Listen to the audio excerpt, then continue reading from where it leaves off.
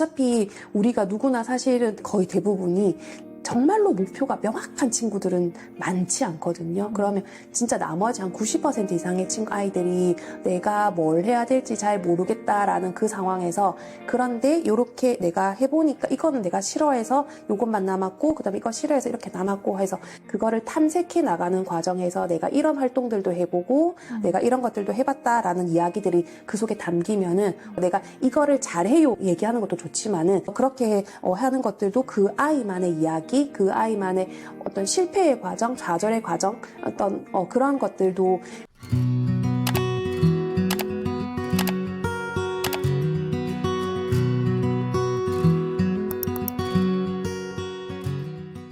네, 그 생기부 고전 필독서 30 시리즈는 총 180권에 고전하고 그에 대한 내용, 읽는 방법, 후속 활동 등이 담겨 있는데요.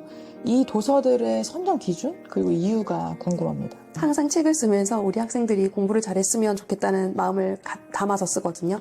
이 책도 사실 그런 마음이 굉장히 많이 담겨 있어서, 가능하면은 우리 학생들이 큰 목표를 가지고 공부도 하고 독서도 했으면 좋겠다라는 마음을 담아서 서울대 서울대 권장도서 목록, 명문대 입학을 위해서 반드시 읽어야 될 책들, 이러한 책들을 저희가 일단 먼저 추리고요. 작가들이 현직 교사들이잖아요. 우리 학생들에게 그 중에서 좀 도움이 될 만한 책들, 그러니까 그게 각 교과 선생님들이시니까 우리 학교 학생들이 이런 책들을 읽으면 훨씬 더 어떤 분야에 대해서 도움이 되겠다, 좀 더 깊이 있게 학습할 수 있겠다라는 그런 책들을 저희가 이제 30편씩을 이렇게 골랐고요. 국어교사니까 애들이 이제 문학작품을 공부할 때 이 문학작품을 좀 더 깊이 있게 공부할 수 있는, 그러니까 좀 뭔가 도움이 될 수 있을 만한 그런 책들을 다 담았고요. 이 책을 쓰면서 저희 작가 선생님들이랑 서로 의사소통을 굉장히 많이 하면서 썼거든요.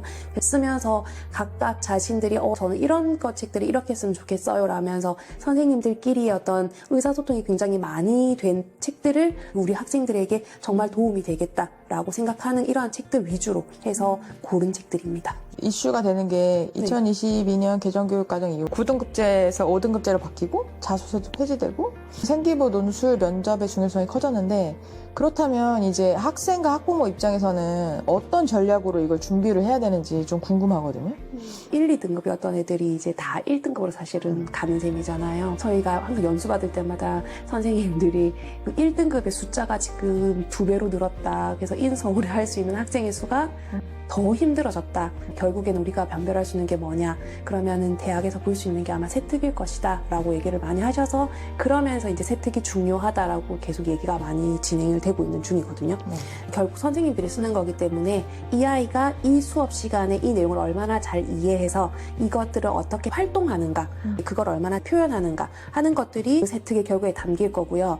담기기 위해서는 그 수업 시간에 조용히 가만히 있으면 사실은 써줄 수 있는 내용들이 그렇게 많지 않거든요. 그래서 조금 더 적극적으로 선생님이 질문을 하신다면은 대답을 좀 더 적극적으로 한다든지, 아니면 뭔가 모든 과제를 하거나 토의를 하거나 좀 더 적극적으로 자신의 목소리를 낸다든지, 뭔가 자료를 준비하기를 좀 더 철저하게 준비해 와서 이런 자료 준비하는 데는 내가 참 대단하다라든지, 뭔가 나만의 특색이 뭔가 좀 있어야지 그것들을 드러내서 써줄 수 있을 것 같고요.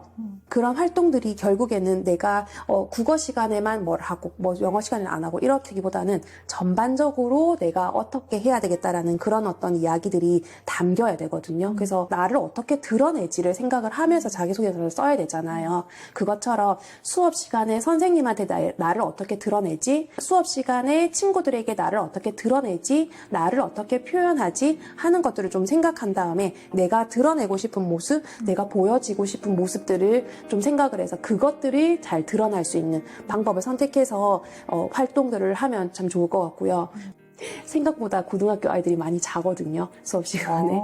되게 많이 자거든요. 그래서 제가 1학년 아이들한테 너네들 작년에는 잠을 자지 않지 않았니? 라고 얘기했더니 애들이 근데 이상하게 고등학생이 되니까 잠이 많이 와요 라고 얘기를 하더라고요. 그래서 그동안 하지 않던 공부량도 훨씬 또 좀 더 많이 늘었을 거고 수업 시간이 중학교는 45분이었었는데 고등학교 50분 되는 게 생각보다 그게 7교시, 8교시까지 쌓이면 굉장히 또 길어지거든요. 그리고 내가 공부를 잘해야 된다라는 나름의 압박감들도 좀 있을 거고 어떤 피곤한 그런 어떤 스트레스들이 이게 좀 잠이라든지 이런 것들로 좀 오게 되는 것 같은데 수업 시간에 어쨌든 그러니까 졸거나 아니면 엎드려 자지 않고 선생님의 눈을 마주치면서 선생님이 얘기하실 때마다 고개 끄덕끄덕거리면서 내가 정말 선생님 잘 듣고 있어요. 되게 열심히 듣고 있어요. 라는 것들을 약간 어필해 주는 것도 제가 봤을 때는 아이들에게 도움이 되지 않을까라고 생각을 합니다. 생기부를 단순한 기록이 아니라 어떤 한 학생의 서사 스토리를 담아내는 프로젝트라고 하잖아요. 대학에서도 결국 그 빛이 나는 사람? 자신의 진로를 찾아가는 입체적인 인물을 원한다고 알고 있고요. 그렇다면 생기부에 나만의 이야기를 담아내려면 어떤 방향으로 준비를 해야 될지 그 대학이 원하는 인재상을 생기부에 효과적으로 드러내기 위한 팁을 알려주시면 감사하겠습니다. 생기부가 자기소개서라는 거잖아요. 생기부에 나만의 얘기를 잘 담아내려면 뭘 해야 될까 하는 것들을 좀 생각을 해보면 좋을 건데 사실 우리가 내가 뭘 잘하지, 내가 뭘 좋아하지를 잘 모르는 경우가 훨씬 더 많아요. 그래서 교실에서 아이들하고 얘기를 하다 보면은 너 꿈이 뭐야? 라고 하면 잘 모르겠어요 라고 얘기하는 애들이 사실 거의 대부분이거든요.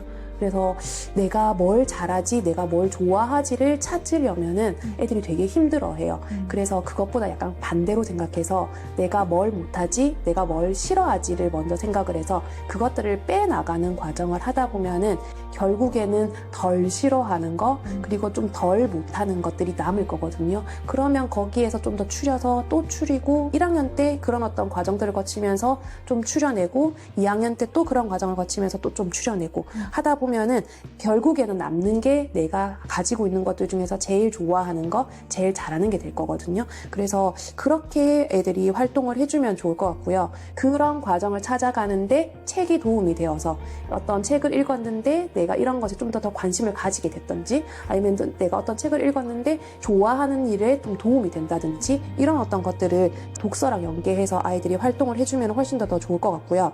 내가 좀 그런 것 진로를 탐색해 나가는 과정 어차피 우리가 누구나 사실은 거의 대부분이 정말로 목표가 명확한 친구들은 많지 않거든요. 그러면 진짜 나머지 한 90% 이상의 아이들이 내가 뭘 해야 될지 잘 모르겠다라는 그 상황에서 그런데 이렇게 내가 해보니까 이거는 내가 싫어해서 이것만 남았고 그다음에 이거 싫어해서 이렇게 남았고 해서 그거를 탐색해 나가는 과정에서 내가 이런 활동들도 해보고 내가 이런 것들도 해봤다라는 이야기들이 그 속에 담기면은 내가 이거를 잘해요 얘기하는 것도 좋지만은 그렇게 하는 것들도 그 아이만의 이야기 그 아이만의 어떤 실패의 과정, 좌절의 과정, 어떤 그런 것들도 그걸 오히려 보면서 실패했는데 그 뒤에 어떤 생각을 가지게 됐어?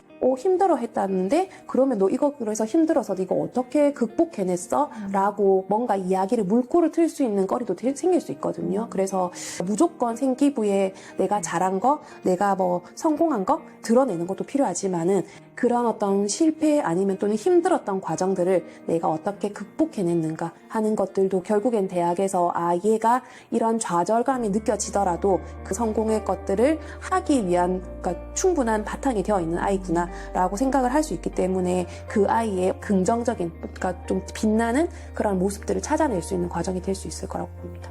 그 수능과 생기부 준비는 어떤 균형을 가져야 할지 그리고 수능 대비해서 특별히 중요하게 챙겨야 할 전략이 있다면 어떤 게 있을까요? 수능과 내신이 따로라고 생각하진 않거든요. 고등학교 선생님들이 수능이 끝나고 나면은 수능 문제 다들 풀어보시고 그다음에 이거 우리가 수업 시간에 뭐 어떻게 해야 되겠다 그다음에 모의고사도 마찬가지로 선생님 풀어보시고 이거 수업 시간에 어떻게 우리가 활용해야 되겠다라고 항상 생각을 하시거든요. 선생님들이 가르치는 내용들이 수능과 완전 별개되거나 괴리되거나 하진 않는다라고 일단 먼저 생각을 하고요. 그래서 둘 다 같이 어차피 내신 준비가 수능 준비가 될 수 있다고 생각을 하고요.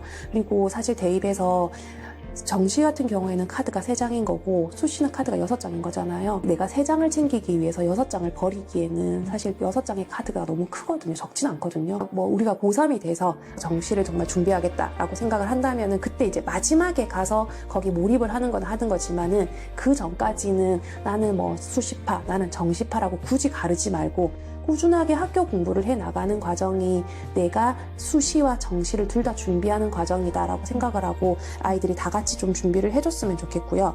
애들이 저는 문과니까 저는 이과니까라고 해서 딱 자기 걸 나눠서 이과 과목은 뭐 선택하지 않고 막 이렇게 하는 경우들도 좀 있거든요. 근데 이과에서도 문과적인 감성이 좀 더 들어가면 좋을 거고, 문과를 하지만은 이과적인 뭔가 냉철함이라든지 이런 것들이 같이 들어가면 훨씬 더 그런 어떤 것들이 풍요로워질 수 있잖아요. 그래서 아이들이 나는 무조건 뭐 문과니까 이거, 나는 이과니까 무조건 이거라고 하기보다는 좀 나에게 주어진 과목들을 좀 더 다들 충실하게 좀 준비를 했으면 좋겠고요. 절대평가인 영어랑 한국사 같은 경우에는 고등학교 입학하기 전에 좀 단단하게 먼저 잡아놓고, 그러니까 그렇다고 해서 완성할 수 있다라고는 말할 수는 없을 것 같거든요. 근데 대신에 그래도 기초가 좀 탄탄하게 잡혀 있으면은 그 뒤에 공부해 나가는 게 조금 수월하니까 고등학교 입학하기 전에 미리 좀 잡아놓으시면 좋겠고요. 그다음에 수학 같은 경우에는 애들이 생각보다 되게 많이 힘들어하고 어려워하더라고요. 그래서 제가 애들하고 얘기를 하면서 수학 좀 언제부터 포기했니? 라고 물어보면 애들이 중학교 3학년 때부터 포기했어요 라고 얘기하는 경우가 되게 많거든요. 그래서 네가 그게 좀 힘들면 지금 고등학교 거가 좀 버겁다면은 중학교 거부터 먼저 좀 시작하는 건 어때? 라고 얘기하면 애들이 제가 고등학생인데 중학교 걸 어떻게 해요? 라고 얘기하면서 안 하려고 하는 애들도 생각보다 있거든요. 근데 기초가 탄탄해야 그 다음 단계로 넘어갈 수 있는 게 사실 강한 게 수학이기 때문에 고등학교가 안 되면 중학교 거부터라도 해서 조금 아이들이 좀 탄탄하게 쌓아 나갔으면 좋겠고요. 국어 같은 경우에는 국문학과 비문학 이것들은 좀 관련 책들을 중학교 때부터 좀 다양한 책들을 읽으면서 감을 좀 애들이 잡아갔으면 좋겠어요. 그래서 제가 고3들 독서 단원 수업을 하면서 수능 특강이라든지 이런 작품들을 보면 영역들이 굉장히 다양하게 나오거든요. 근데 다양하게 나오는데 근데 지문들이 쉽지가 않아요. 굉장히 어렵거든요. 그래서 무슨 말인지 잘 모르겠어요. 그래서 사실 저희 국어 선생님들도 그 기술 지문 이런 거는 기술 선생님께 가서 선생님 이게 어떻게 그래서 이렇게 되는 건가요? 그다음에 뭐 사회 지문 같은 경우는 사회 선생님한테 가서 선생님 그래서 이게 이렇게 되니까 저희가 막 얘기를 들어서 저희가 이해를 해야 설명을 해줄 수가 있으니까 막 그렇게 하는데 배경 지식이라든지 이런 것들이 좀 있으면 훨씬 더 작품들을 이해하기가 수월하니까 고등학생이 되면 더 이상 책을 읽을 시간이 쉽지가 않거든요. 그래서 그 전에 중학교 때 좀 다양한 방면의 책들을 애들이 좀 읽으면서 배경 지식들을 좀 많이 쌓아놓으면은 읽을 때 조금 더 도움이 될 거고요. 고등학생이 되면은 뭐 독해 스킬이라든지 이런 것들은 그 다음 단계고 그 전에 배경 지식 같은 것들을 좀 쌓아놓는 것들이 필요하고요. 공동교과는 모든 학생이 반드시 이수해야 되는 과목으로 기본적인 학업 역량을 평가하는데 중요한 역할을 합니다. 그래서 1학년 때 제가 지금 가르치고 있는 국어 같은 경우에도 공통국어 그리고 사회는 뭐 공통사회 이런 식으로 지금 공통이란 말들이 다 붙었거든요.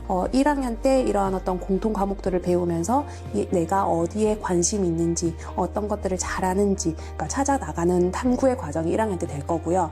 그리고 이걸 바탕으로 해서 2학년, 3학년에는 선택 과목이 되거든요.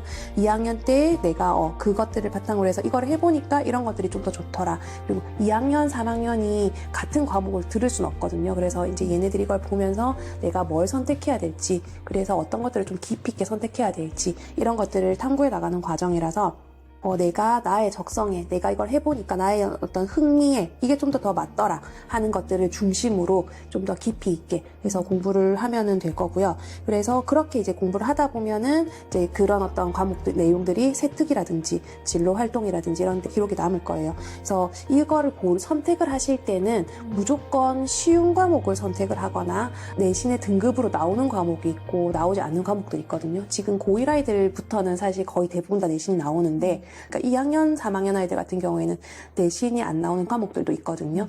등급이 안 나오거나 아니면 성적이 비록 좋지 않다 하더라도 그 대학에서 봤을 때 얘가 이런 어떤 취미가 있어서 그래서 결국에 성적이 좋지 않지만은 그래도 얘가 그걸 알면서도 불구하고 이걸 선택했구나라는 것도 그 아이만의 매력이 될 수 있거든요. 전략들을 좀 생각하셔서 그래서 과목들을 선택을 하시면은 덜 힘들 거고요. 진로 선택 같은 경우에는 아예 이제 등급이 안 나오니까 나중에 결국에는 등급이 나오는 과목은 1학년 과목밖에 없을 수도 있잖아요.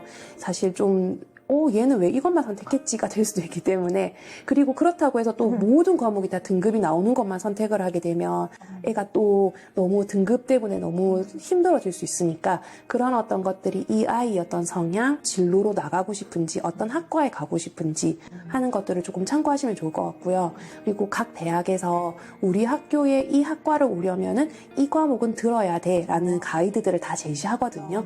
그래서 우리 아이가 어떤 대학에 가고 싶은지를 보시고 그 대학에서 제시하고 있는 과목들, 그 과목들을 학교에 있다면 그 과목을 선택하시고, 만약에 학교에 그런 과목이 없으면 공동교육과정이라든지 이런 것들을 활용해서 그것들을 들으시면은, 그러면 얘가 학교에 없는데도 불구하고 이렇게 자기가 이거를 듣고 싶어서 공동교육과정까지 신청까지 했구나, 그렇게 볼 수 있기 때문에 그런 어떤 것들을 조금 전략을 짜셔서 그렇게 해서 선택을 하시면은 나를 드러낼 수 있는 생기부가 되지 않을까라고 생각합니다.